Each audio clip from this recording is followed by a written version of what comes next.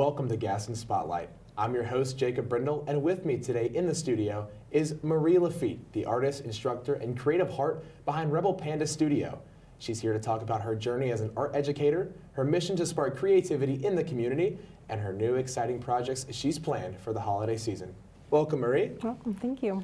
So the first question to start us off is, what really inspired you to start Rebel Panda Studio, and how has it grown into what it is today? Yeah, so it actually started about a decade ago, about 8 years ago, here at Gaston College. I kind of re-uploaded my life from Florida, and I came up here. I had no idea what I wanted to do, and my sister had gone to art school, and I was like, that sounds really fun. I've done art my whole life, but I checked out Gaston College. They have a very, small plug. They have an amazing program, and I came. I loved it, and that's where my love for art, exploded, and that's kind of where where it started, the seed of wanting to share that love. And when you started that whole process, what kind of classes do you teach, and how do you choose the projects for each student? Yeah, I teach a variety of classes. I like to work in a lot of different media, and so painting, weaving, so tapestries and yarn, yarn things, jewelry making, clay making. It's not regular kiln fire, but it is air dry clay. So there's just like so many different things. And I just kind of, whatever my whimsy is, a lot of times I like to decorate for the seasons and stuff like that. So like for Christmas, I did a bunch of vintage, kind of classic, traditional themed classes of like old school Christmas ornament making and things like that. Yeah. And you also run monthly events like First Friday Fun and themed workshops. Yeah. So what do these events add to the aspect of your studio? Yeah.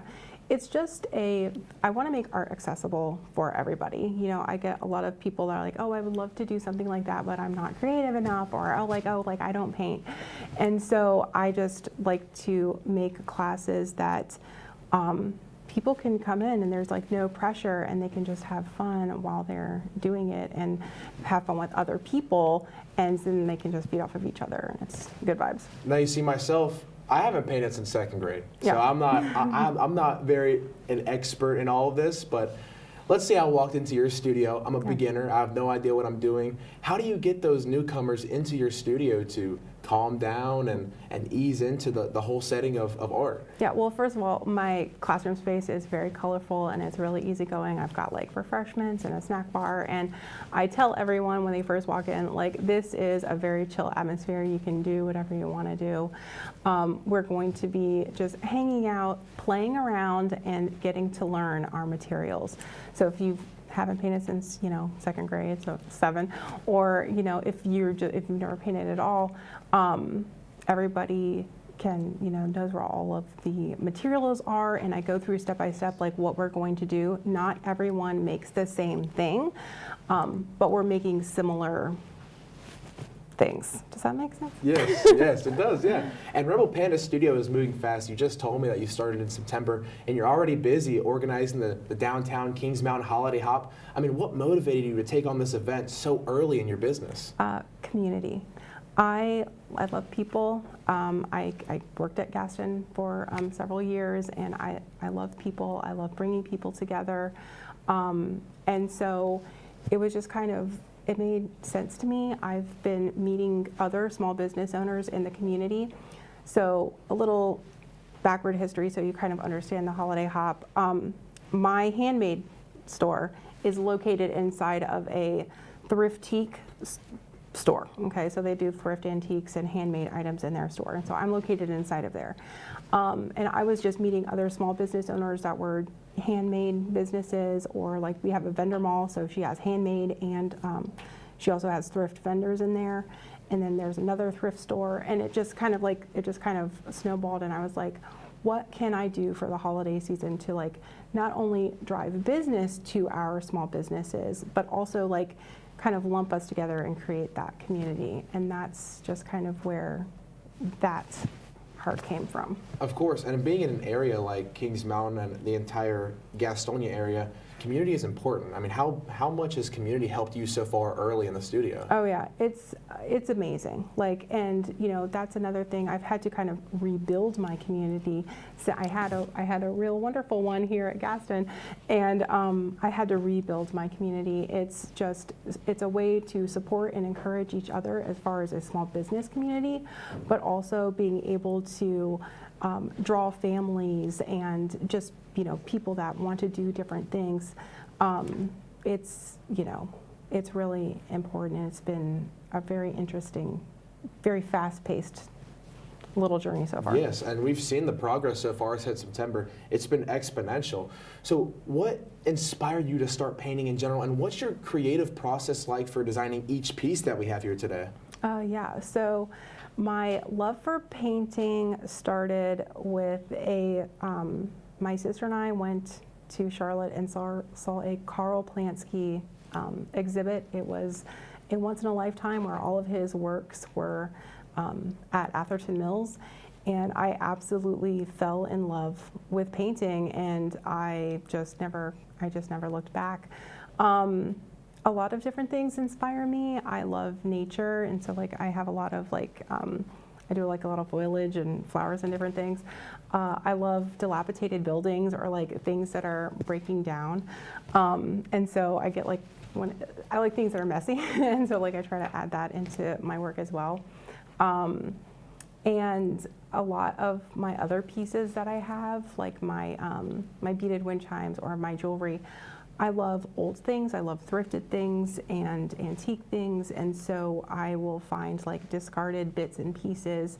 You know, maybe this, you know, part of the necklace broke, but like I can use it in some different type of a way. So I just kind of like repurposing, I guess you could say. And if you don't mind, you know, like you said earlier, you're a newbie in this business. I'm a newbie to art in general. If you don't mind picking something here and kind of showing the audience what it is, explaining the process of making it, maybe any of these would be good. Sure. Which it's your decision. Yeah. You're the artist. This one was kind of fun to Okay. make.